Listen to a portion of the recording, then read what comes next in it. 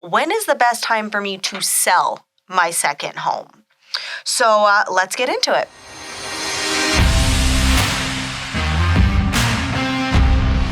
I already own my second home.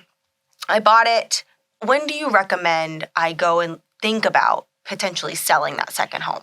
Well, Heather, realistically, when it comes to making a decision to sell a second home, you got to understand why you bought it and has the terms, environment, conditions, use whatever you want, changed, right?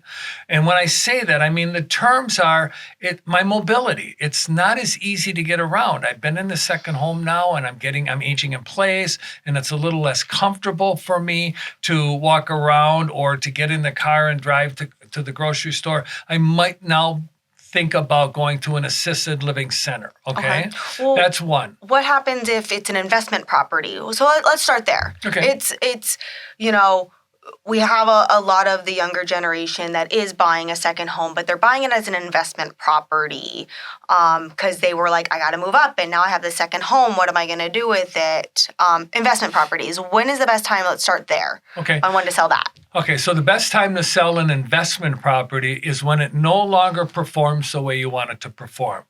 Let's say the quality of tenants you're not getting like you used to get, okay? Let's say there's been a push in the rental market where there's so many rentals out there right now that there's pressure, or we call it rental compression. So a $1,500 a month rent is now $1,300 a month. And that might not be enough for you to have the cash flow that you want. It also might be that I may want to sell that, take the profit, do a 1031 tax exchange, and buy 2 investment properties.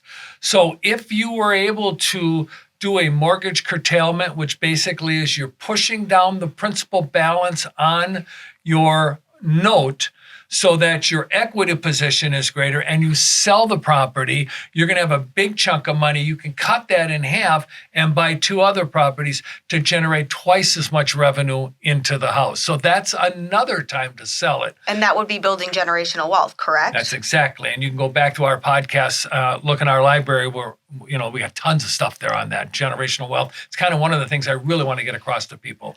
Awesome. Okay, so let's go to the next scenario. Yeah. What happens if I bought my second home because I was living up in the north somewhere and it's freezing and snow covered and icy, and I decided to buy down somewhere south and it was warm, but I want to be closer to my babies. So when do I look into potentially selling that second home where it's a difference in climate? I'm already retired. It's not an investment property for me. It's just that second home so that when, it gets frigid in the north, I can come down, or hot in the summer, I can go up. Hey everyone, we want to interrupt this episode to let you know that we are a Keller Williams Southern Arizona franchise. We are also realtors practicing equal housing. Now let's get you back to the podcast. Yeah. So it's the dichotomy of that is interesting. So grandma gets tired, and we're talking about 55 and above communities here. Let's focus that into so the public understands. Grandma's missing the grandbabies, okay? And grandpa's like, well, I like it here, but grandma's like, yeah, I know you do, but I want to go see my grandchildren. Yep. So you can live here by yourself, or you can come back with me.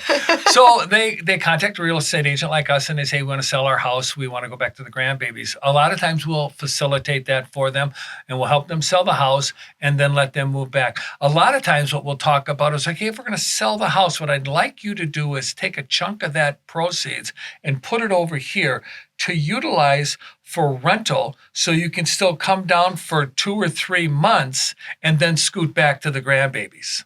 Okay, so you have that money set aside so you can rent a home for 2 or 3 months at $2,000 a month, $3,000 a month, and then still have the ability to go back and spend time with the grandbabies. Because most of the time, grandma and grandpa, when they come down here, don't realize how much pressure is on the parents to leave work, get everybody on the plane, have them fly down, spend some time, fly back, and everything. It becomes kind of onerous on them, right? Absolutely. So you have the best of both worlds. You're still able to come to the warm, except you don't have to deal with the maintenance of a second home. Exactly. And if if you bought that home more than 4 years ago, your equity position in it is incredible right now. So you may want to sell that home, take that equity, that money, and just park it in someplace else. Now you got to talk to a tax advisor on this, but park it someplace else and then utilize it to do the renting for 2 or 3 months. And I know people that come down and they rent from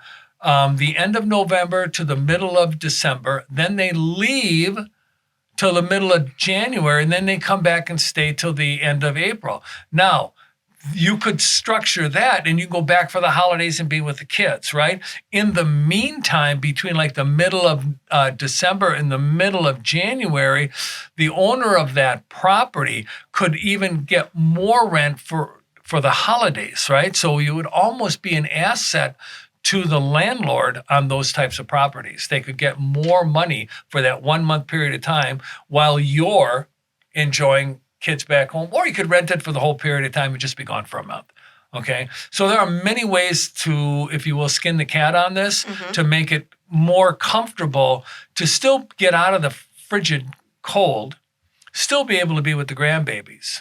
I know 1 or 2 other scenarios that could potentially lead you to selling your second home, especially with the older generations. Yep. Yeah.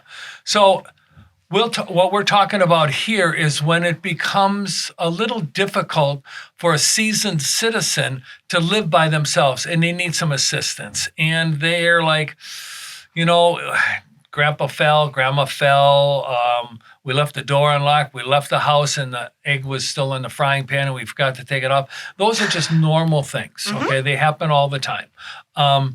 You may want to start looking at, okay, if I sell this house and I have this equity, maybe I can take the equity and move into an assisted living center. Or sometimes we're starting to see generational living together where mom and dad talk to the kids and say, hey, could we buy a side-by-side unit where we're in the unit next door and the kids are here and we'll contribute to the down payment. So when mom and dad eventually pass on, the kids have this entire home, which is like 2 residences. They then could utilize that for them to move up to a bigger property and use that as rental income. And I know that was really popular with a lot of new builds a few years ago. They were building a lot of generational homes where it had a mother-in-law's or a guest quarters for, the parents to live in. Yeah, and actually that is something new by the builders right now. We're starting to see more builders having generational living arrangements. So I think that's something that we need to start looking at as a society because our population, we definitely need to have more or higher dense living in a smaller footprint. Awesome. Well, that is all my questions. Thanks for sitting with me and explaining when I should sell my second home. You got it, Heather. Thank you for listening and watching the Nitty Gritty of Real Estate podcast here with the Tom J. Krieger team of Keller Williams, Southern Arizona. If you are interested in buying a home, selling a home, or even investing in real estate, we have 5,000 agents across the country that we can connect you to. If you need any free resources, feel free to check out our website at www.thetjkteam.com. We hope you have a great day.